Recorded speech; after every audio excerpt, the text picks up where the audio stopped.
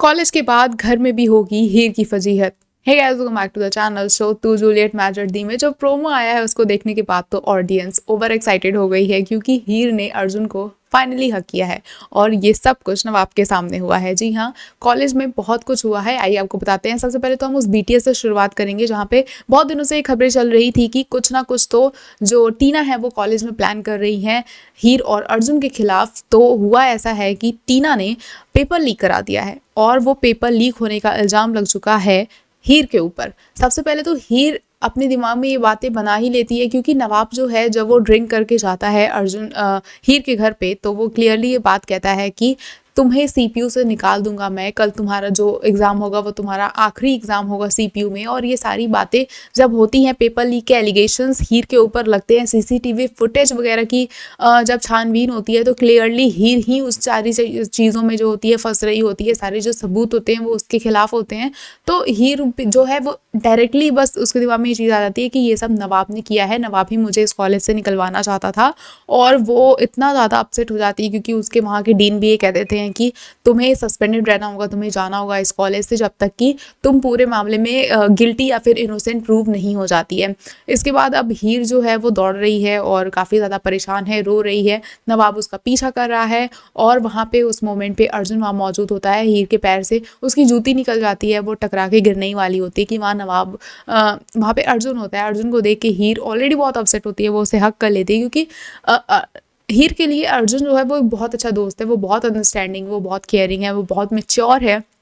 तो वो इसके लिए एक तरह से बेस्ट फ्रेंड की तरह है कोयल के बाद। तो वो उसको वहाँ पे हक कर लेती है, इमोशनल होती है काफ़ी। और ये सब कुछ नवाब देख रहा होता है। नवाब को बहुत हर्ट होने वाला है, वो बहुत गुस्सा भी करेगा, लेकिन वो कुछ कर नहीं सकता है, क्योंकि हीर को तो यही लगता है कि उसने ही ये सब कुछ किया है। अब बहुत बड़ा चैलेंज हीर के लिए घर पे भी होने वाला है, क्योंकि घर पे भी जब ये सारी बातें पता चलेंगी तो गुलाब एक सिरे से हीर के ऊपर इल्ज़ाम लगाने स्टार्ट कर देगी कि जितने भी सबूत हैं, जो कुछ भी है, वो सब इसके खिलाफ है। और ये करती ही क्या है, जिसपे जो अनमोल है वो हीर का कहीं ना कहीं साइड लेते हुए नजर आएगी और कहेगी कि वो दिन भर पढ़ाई करती है, उसके पास तो टाइम ही नहीं है इन सारी चीज़ों में दिमाग लगाने का। और यहाँ पे दिलीप काफ़ी ज़्यादा परेशान है कि आखिर हीर के ऊपर ये जो एलिगेशंस लगे हैं वो गलत हैं, सही हैं, कैसे हीर को इन सारी चीज़ों से बचाया जाए।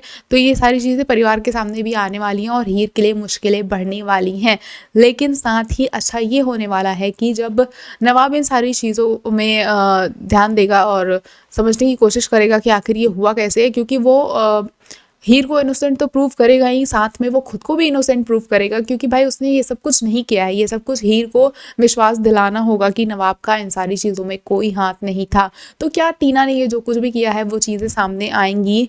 अर्जुन और ये जो नवाब है, क्या ये दोनों मिलकर इन सारी चीज़ों का खुलासा करने वाले हैं? और टीना को क्या सज़ा मिलने वाली है? पेपर लीक हुआ है भाई, ये एक बड़ी चीज़ है। तो इन सारी चीज़ों में किसके ऊपर एलिगेशंस लगेंगे, कौन कल्प्रिट पकड़ा जाएगा, हीर का फ्यूचर क्या होगा, आपको क्या कुछ लगता है? और हीर और जो अर्जुन की क्लोजनेस बढ़ रही है उसके बाद नवाब के इमोशंस में क्या चेंजेस देखने को मिलने वाले हैं, आप उसके लिए कितने एक्साइटेड हैं, हमें कमेंट करके ज़रूर बताएं। ऐसे ही और अपडेट्स के लिए जुड़े रहें हमारे चैनल के साथ, देखते रहें फिल्मी लाइफ।